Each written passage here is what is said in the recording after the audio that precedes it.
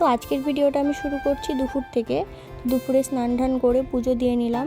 তো তারপর তো খাওয়া দাওয়া করে চলে এসেছিলো পড়তে। তো বিকালে আমার রোজই পড়ানো থাকে। আজকে একটু আগে আগে এসেছিলো, ওই জন্য একটু আগে আগেই ছুটি হবে।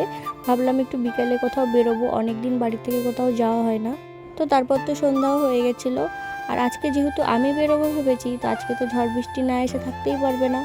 আমি যেদিনই ভাবি যে আজকে একটু বেরোনো যাক, অনেক দিন বাড়ি থেকে কোথাও যাওয়া হয়নি, একঘেয়ে বাড়িতে থাকতে কার ভালো লাগে বলো। আমি তো অনেক দিনই বাড়ির থেকে কোথাও যাই না, বেরোই না। তো ভেবেছিলাম আজকে বেরোবো, কিন্তু দেখো ওয়েদারের অবস্থা আবার সেই আগের দিনের মতো ঝড় বৃষ্টি শুরু হয়ে গেল। তো আজকে কিন্তু ভালোই ঝড় হয়েছিল। আর ওইদিকে দেখো বাচ্চাগুলো কেমন ভিজতে ভিজতে আসছে। তো আমিও আগে ছোটোবেলায় যখন পড়তে যেতাম, বৃষ্টি দেখে ইচ্ছা করে তখন ছুটি নিতাম যে না আমি চলে যেতে পারবো। তারপর ইচ্ছা করে ভিজতে ভিজতে বাড়ি আসতাম, যাতে ব্যাগটা ভিজে যায়, পরের দিন পড়তে না যেতে হয়। তো ঝড় বৃষ্টির কারণে বাড়িতে কারেন্টও ছিল না। তো সন্ধ্যাবেলায় সন্ধ্যাটাও দিয়ে নিলাম। আর তারপরে মা তো বসে বসে এখানে একটা ভিডিওতে সুন্দর একটা ঠাকুর ঘর দেখছিল, আর বলছিল যে আমার খুব ইচ্ছা এরকম একটা ঠাকুর ঘর কবে হবে। আমি বলছিলাম ভগবানের যদি ইচ্ছা থাকে তো ঠিকই হবে, ভগবানের যদি আশীর্বাদ থাকে।